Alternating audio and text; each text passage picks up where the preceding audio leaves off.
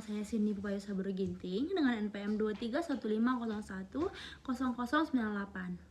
Saya dari Prodi PGSD Universitas Quality Brastagi kelas 11B21. Hari ini kita akan mempelajari tentang evaluasi kurikulum. Nah, apa sih evaluasi kurikulum itu? Evaluasi kurikulum adalah proses sistematis untuk menilai sejauh mana kurikulum yang diterapkan mampu mencapai tujuan pendidikan yang telah ditetapkan.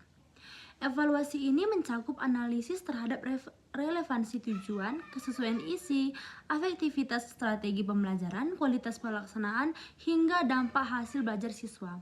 Tujuannya adalah untuk mengetahui kelebihan dan kelemahan kurikulum, memberikan umpan balik bagi guru, sekolah, maupun pembuat kebijakan, serta menjadi dasar dalam pengambilan keputusan. Apakah kurikulum perlu dipertahankan, diperbaiki, atau diganti agar lebih sesuai dengan kebutuhan peserta didik dan tuntutan perkembangan zaman. Nah, selanjutnya kita akan membahas tentang strategi evaluasi kurikulum.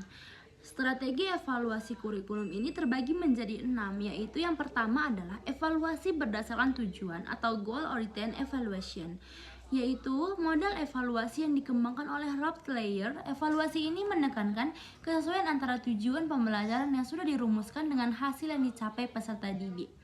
Tujuannya untuk mengetahui sejauh mana tujuan pembelajaran atau program yang telah dirumuskan dapat tercapai. Nah, yang kedua itu evaluasi sumatif. Evaluasi sumatif adalah evaluasi yang dilakukan pada akhir suatu program atau kegiatan untuk mengetahui hasil keseluruhan yang dicapai.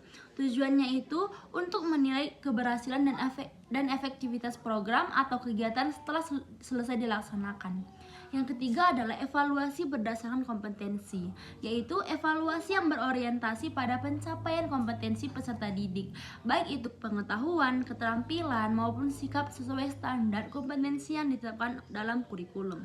Tujuannya itu yang pertama mengukur penguasaan peserta didik terhadap kompetensi dasar atau inti. Yang kedua itu menilai ketercapaian standar kelulusan atau capaian pembelajaran. Nah, yang keempat, evaluasi formatif. Evaluasi yang dilakukan oleh selama proses pembelajaran berlangsung untuk memberikan umpan balik langsung kepada guru dan siswa. Tujuannya itu yang pertama agar kita mengetahui kelemahan dan kesulitan peserta didik dalam belajar.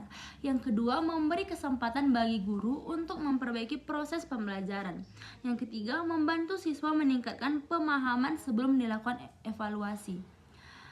Nah, yang kelima adalah evaluasi berdasarkan data. Evaluasi ini adalah evaluasi yang dilaksanakan dengan mengumpulkan data objektif melalui berbagai instrumen, tes, angket, observasi, wawancara, dokumentasi. Kemudian dianalisis untuk dasar pengambilan keputusan. Tujuannya itu yang pertama, memberikan hasil evaluasi yang objektif, terukur, dan dapat dipertanggungjawabkan. Yang kedua, menjadi dasar ilmiah dalam menilai keberhasilan program atau proses pembelajaran. Yang ketiga, menghindari penilaian yang bersifat subjektif. Nah, yang terakhir adalah model evaluasi CIPP atau Context Input Process Product. Nah, model evaluasi yang dikembangkan oleh Daniel Stuflebem. Evaluasi dilakukan secara menyeluruh dengan melihat konteks, input, proses, dan produk. Tujuannya yang pertama itu konteks, menilai kebutuhan, tujuan, dan latar belakang program. Tujuan input adalah menilai sumber daya, strategi, dan perencanaan yang digunakan. Tujuan dari proses agar menilai pelaksanaan kegiatan atau program. Produk menilai hasil dan dampak program terhadap peserta didik maupun lembaga. Secara umum membantu mengambil keputusan dalam merencanakan pelaksanaan dan menyempurnakan program.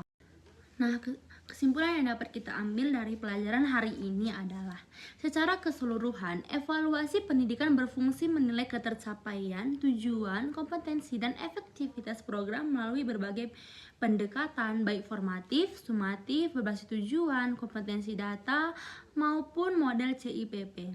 Evaluasi tidak hanya mengukur hasil belajar, tetapi memberi umpan balik dasar pengambilan keputusan, serta mendukung perbaikan dan penyempurnaan pembelajaran agar lebih efektif. Nah, sekian yang dapat saya sampaikan pada hari ini. Semoga dapat bermanfaat bagi kita semua. Terima kasih.